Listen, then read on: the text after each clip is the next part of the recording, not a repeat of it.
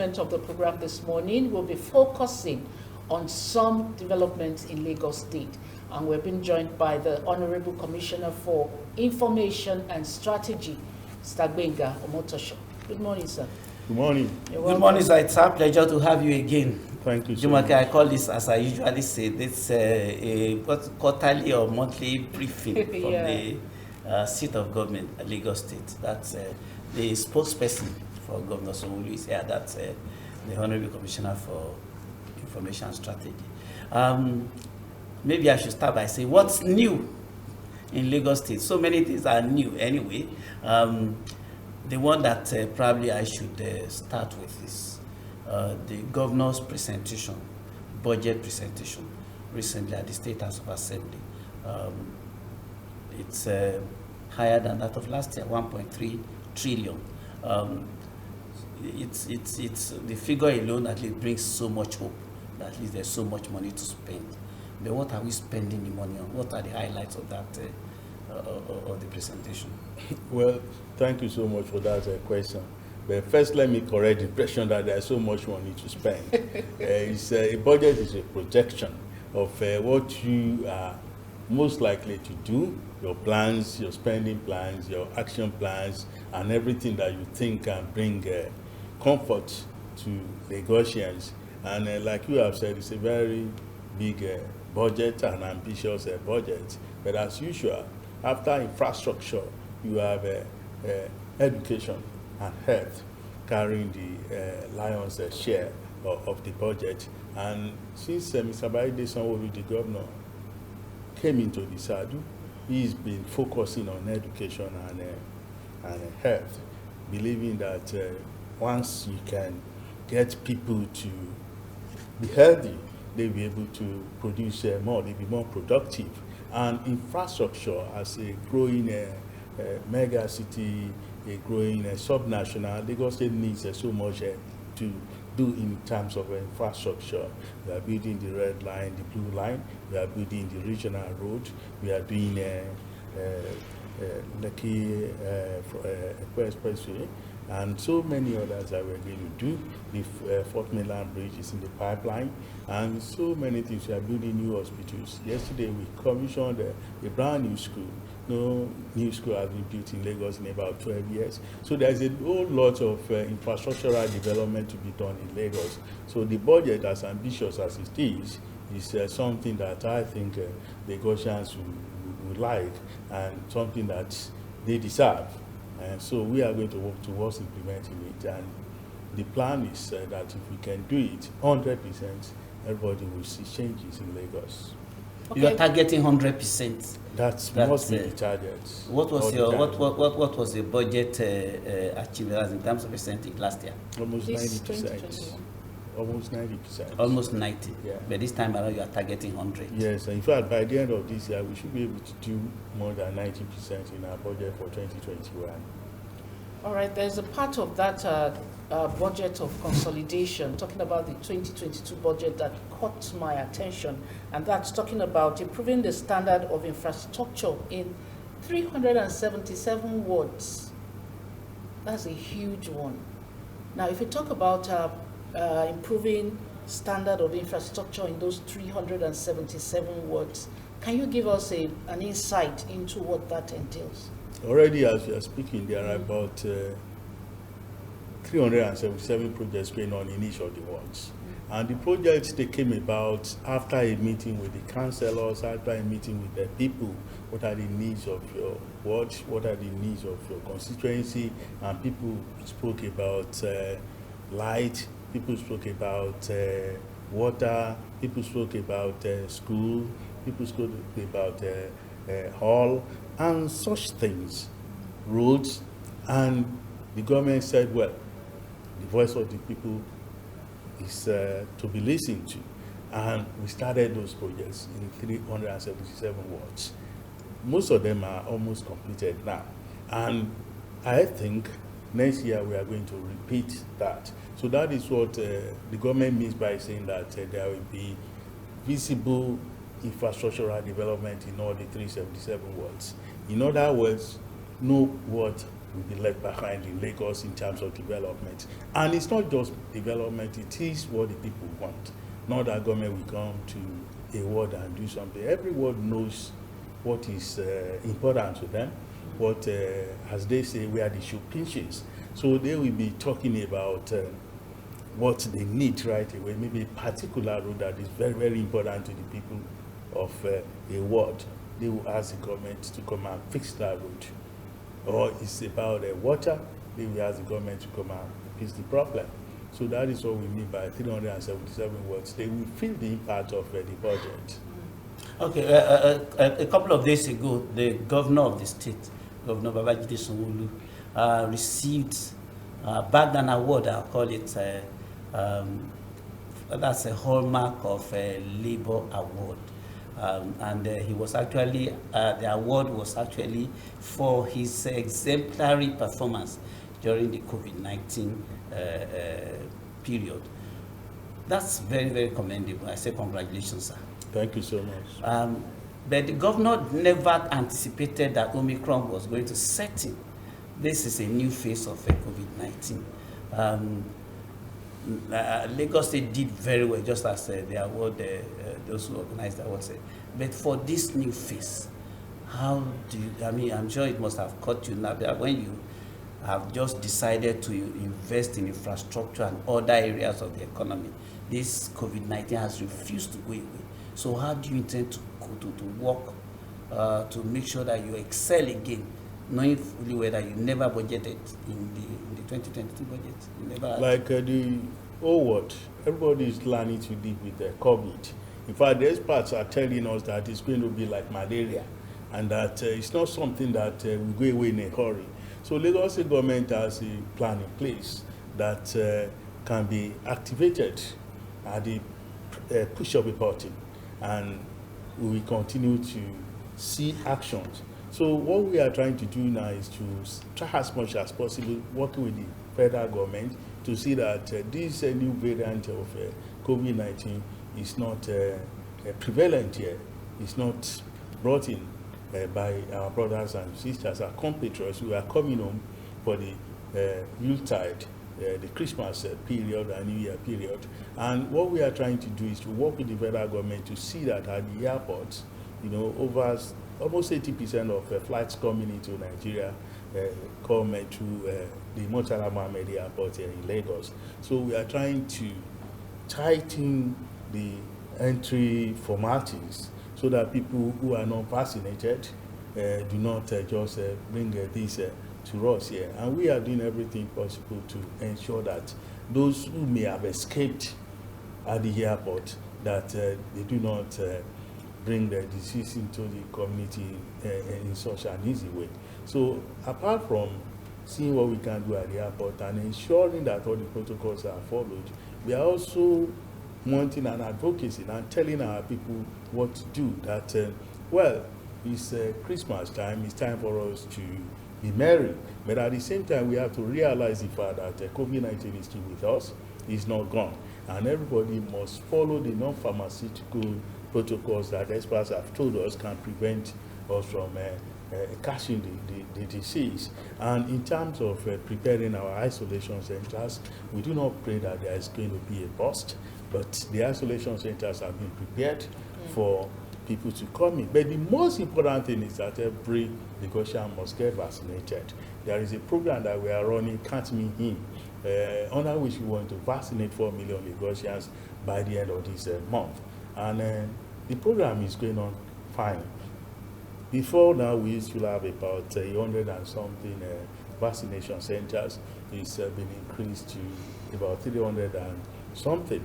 And then the private sector is being involved, so that people don't want to go to the public vaccination centers to get vaccinated, maybe because they don't want the queue, maybe because they don't like the environment, or whatever reason.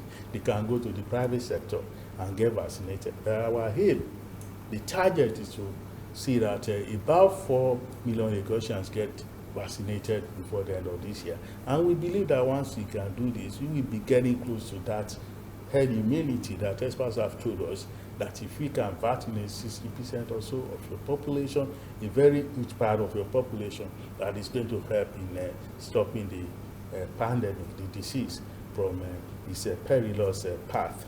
And I believe that what we are doing now, in terms of advocacy, in terms of ensuring that the vaccine is there, in terms of making the environment conducive for our people to come and take the vaccine, is going to help. All right. I know that between 2020 and now, most of the time, Lagos records the highest number of people who have been infected with COVID. And there are some things some other states tried, like before you are allowed into government houses and all that, you prevent your certificate of vaccination. Even yesterday, EFCC also tried that in their headquarter office. Why did Lagos state government not consider that option too? If you look at the new guidelines that we have brought out, it's part of it that if you are going to have a show, you are going to have a party around this time, because there will be so many parties, so many people involved in revelries, and you have to bring your certificate to show that you have been vaccinated. And apart from that, whatever the space is, you have to use, say, like 50 to 60% of the space, not 100% of the space, so that you ensure that people are not crowded, the place is not clogged, and that the place is not stifled. And you have to ensure that wherever it's possible, you use an open space. So all of this Lagos State government is preaching. All of this, we believe, we ensure that we don't have a very bad case on our hands. So people will be told, and they have been told, the regulations are already there, that people should go and bring their vaccination cards for them to be able to go into shows. But one thing that I need to clarify here is that it is not as if all of these are punitive. They are advisory, and what we are doing in Lagos is to persuade people for them to go and take the vaccine. Because we believe that once most of our citizens take the vaccine, then the disease will not be able to be as devastating as it has been. So this is just the case. But then you are not foreclosing the option of mandating your workers to also present certificates, or is that in the offing? I can't say anything about that for now. But what I have said is that we are not even discriminating against workers or all we are doing is that we are encouraging everybody now to get vaccinated, whether you are a worker or not, and we are going to do everything possible for people to see the advantage of getting vaccinated, whether you are a worker or not. And that is part of it, because around this time, people don't even talk about working, they talk about revelries, they talk about parties. That's why we are saying that for you to be able to go to parties in peace, you should be able to allow your guests to show their vaccination cards. The Office of Safety Commission, they are on top of that. All right, but before we leave this issue of Omicron, is Lagos State also in the front line of receiving the booster doses that the federal government promised that they will distribute to give those who have taken 2 doses already? Of course, there are some of our people in Lagos who are already taking the booster doses.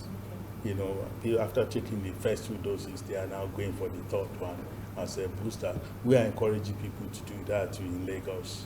So I have taken 2 doses. Now, how do I get my booster? I just go the to same way. The same way. Right. Okay.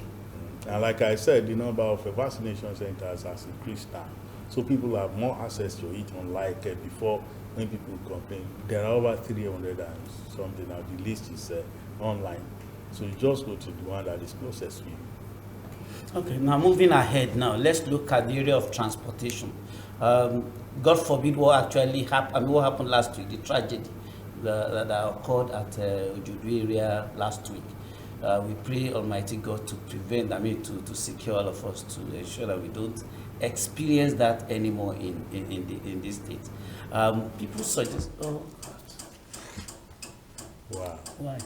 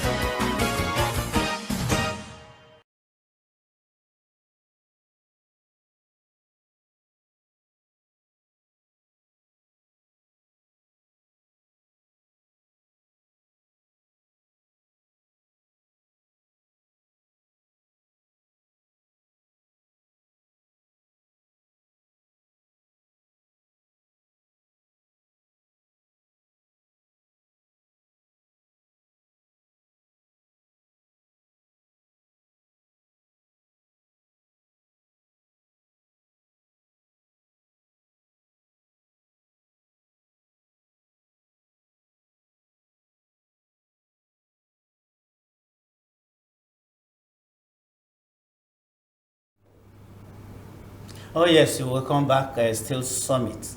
Our guest has been the Honorable Commissioner for Information and Strategy, Lagos State. We're talking about Mr. Benga of Motoshow.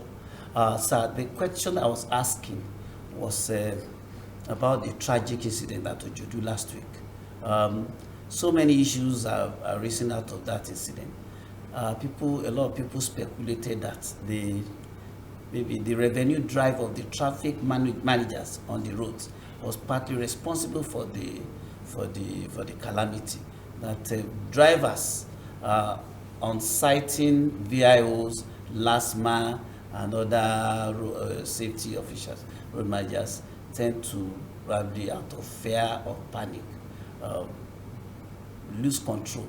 Now, what do you think we can do as a state to prevent such tragedies in future?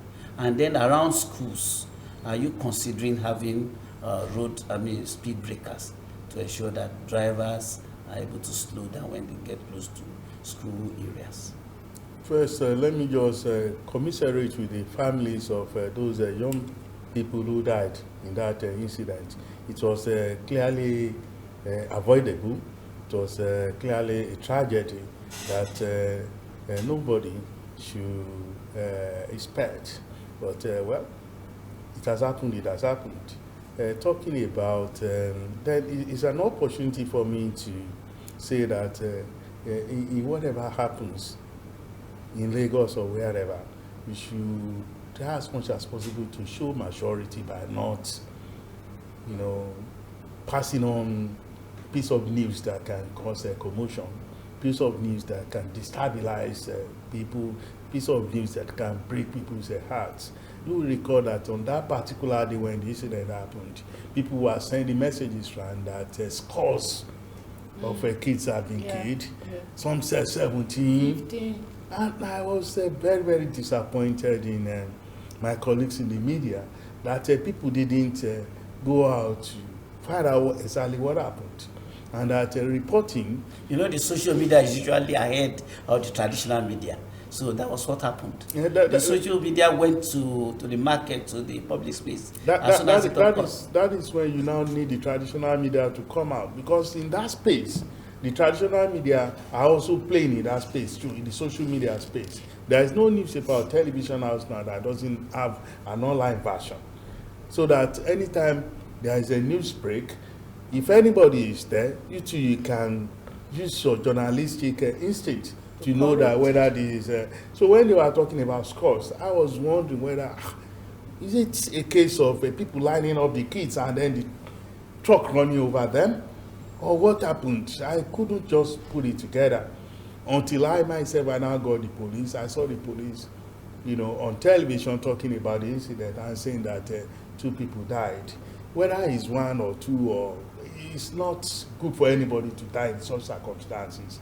You send a child to school and you are expecting the child to return from school, and then they are asking to go and look at the body in the mortuary. It's something that is incredible. It's something that is so tragic that nobody wishes it, even for one's enemy. So it's an opportunity for us to caution ourselves. And about what you have said is, I don't think there are too many schools in Lagos where you have a space where a truck can run through like that. And this particular incident occurred where you have traffic enforcement officers, I think not too far from the office of Federal Road Safety Commission, not too far from office of last man, and then all the speculation about the fact that the guy was being pursued, the driver of the vehicle, and that's why he lost control of the vehicle. All of that, up to today, nobody has gone as a reporter to go and verify what exactly happened. The police have done so well. They got the guy and he's in their custody, and nobody has gone to ask the police what has this guy said happened to him. But now people just believe that law enforcement officers were after this guy, and because of that he lost control of the vehicle and ran over the kids. And all of the people, including the main media, who said the scores died, none has been able to correct that fact today. And in journalism we say that facts are sacred and that comments are free. But nowadays, all of the things that we are learning journalism is about how to comment, not how to present facts. And I tell people reporting is dying.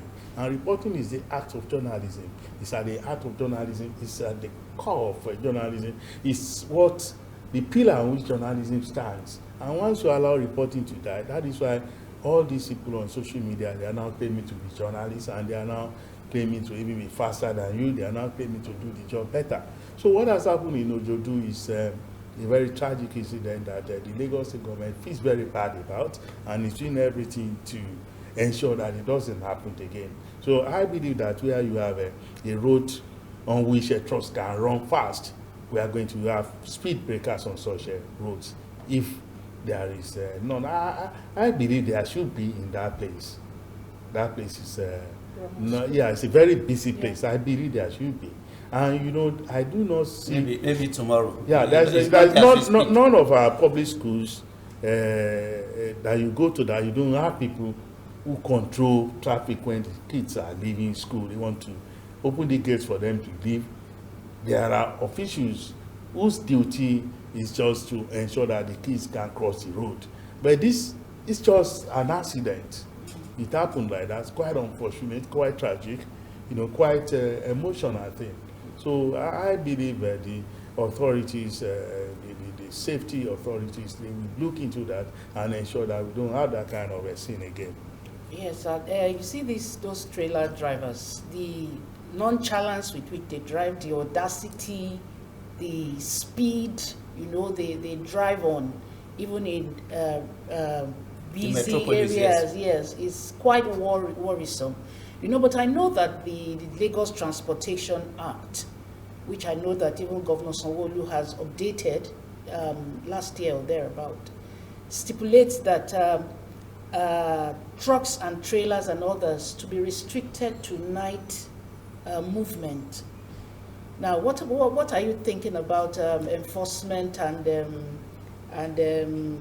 implementation of that section of the Transportation Act, especially as regarding these trailers and trucks? I believe that we have not been able to finalize that aspect of the law that we are talking about, the regulation that we are talking about.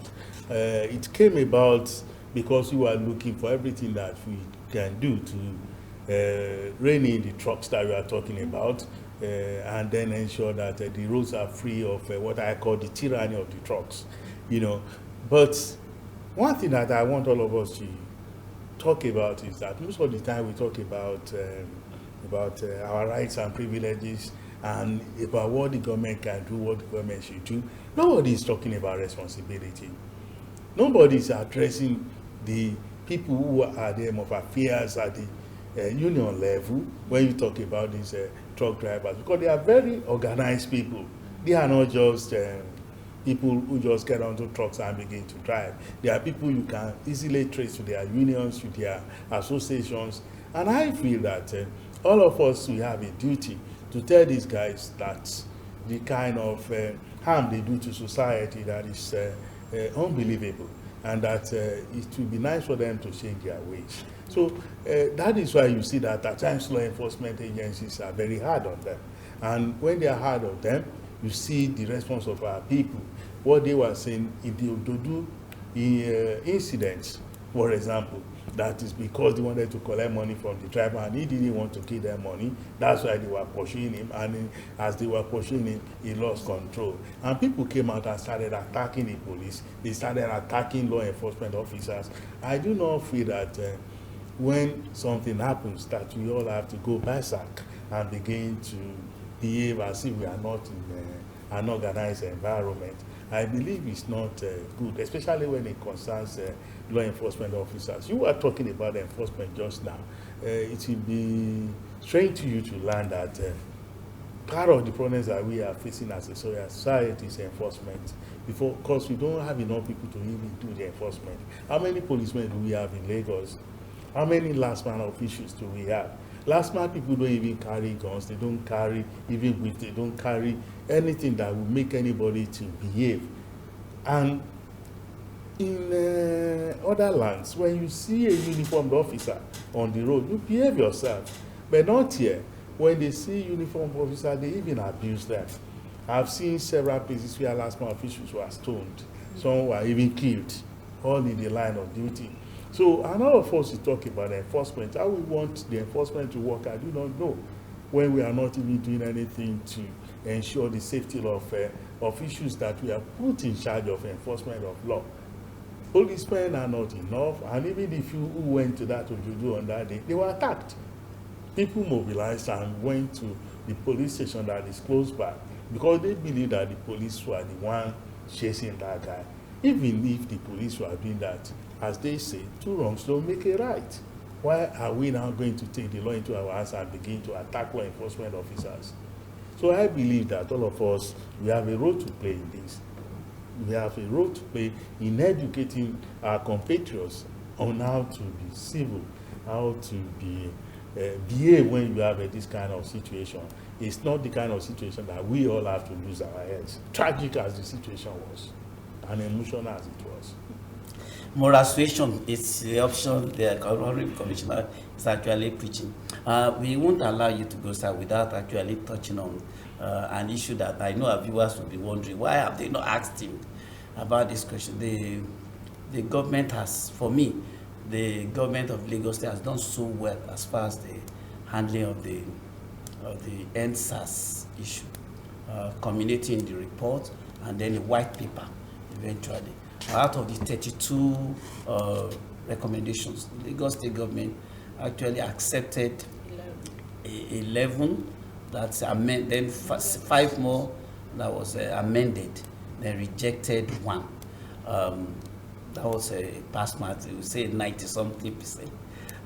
So after months that the governor came out and addressed the state, where he sued for peace and sought the cooperation of all the stakeholders, particularly the youth. But his olive branch, so to speak, was somewhat rejected. He actually proposed a peace talk, a walk, that was turned down by those who were supposed to join him. But the state government was actually bent on going ahead with the work, whether or not those people joined. But the governor has come out again to say that the peace work has been stepped down owing to the incidence of Omicron. Now, what are the alternatives before the government? Because I know that you're also interested in peace, and apart from peace work, are there no other ways you're thinking of to engage or to bring these people to see that you mean well? Well, if first, let me just say that I will not want to comment much on the report of the panel or the white paper, but the governor's speech, well, I can say a few things about that. The governor spoke as a statesman. Many people have criticized him for calling out those guys whose names he called out, and I feel that that's what a statesman should do, to show that I do not have any animosity against you guys. And whether they rejected it or accepted it, it's neither here nor there. But it's within their right to say no. But I assure you that immediately after the governor made that pronouncement, several organizations, people, including the young ones that we are talking about, they came out to say that we are going to work with you. If you recall, a member of that panel himself, Segun Awosanya, he himself came out to say that if it's for peace, I will work with Governor Sanwo-Olu anytime, any day. And so many youth organizations, business leaders, religious leaders, all of them, young people, musicians, entertainers, coming out that they will work with the governor. And even after that, the governor now came out with a statement to say that because of COVID-19 that has come with this unknown, unexpected variant, Omicron, it will not be nice for us to just cut our nose to spite our face by going to engage in this kind of work that may involve thousands and thousands and multitudes of people.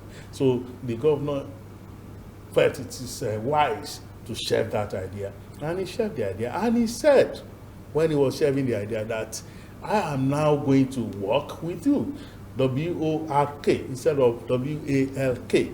And you can see since last week, what has been going on in Lagos? We've been commissioning schools, we've been commissioning housing estates, we've been commissioning roads.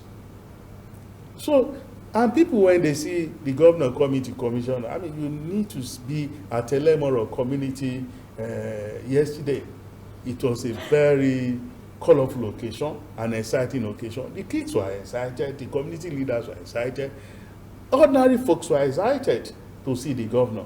So then we see more of him, not just walking through the street for in solidarity or a symbolic work for people to see whether he's working for peace. They will now see the governor working in all corners of Lagos State, and then they will know that we are working for peace and not just that symbolic work that he wanted to do. And I assure you, so many things are going on and have been going on for all these people that you are talking about, mostly entertainers. The Lagos State government has a fund that is there for people who want to go into the creative world, people want to do screenwriting, people want to do editing, who don't have filming, cinematography, who don't have the money to do that. There's a fund where they can go and access and get money for them to do their shows. Our young people are involved in this. Recently we did Art of Technology, and people got money to go and do whatever invention they are trying to do. And then we have the Research Council that is giving out such money, that has given out hundreds of millions since its inception about a year ago. All these people, they are our young people.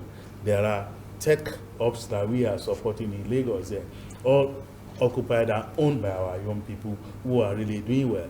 Do not forget that we live in a very big society where people are bound to have disagreement. All these young people we are talking about, especially the guys who were mentioned, I mean, there's no way you have such people. These are stars, these are big people, these are some of them who believe that they are bigger than they are.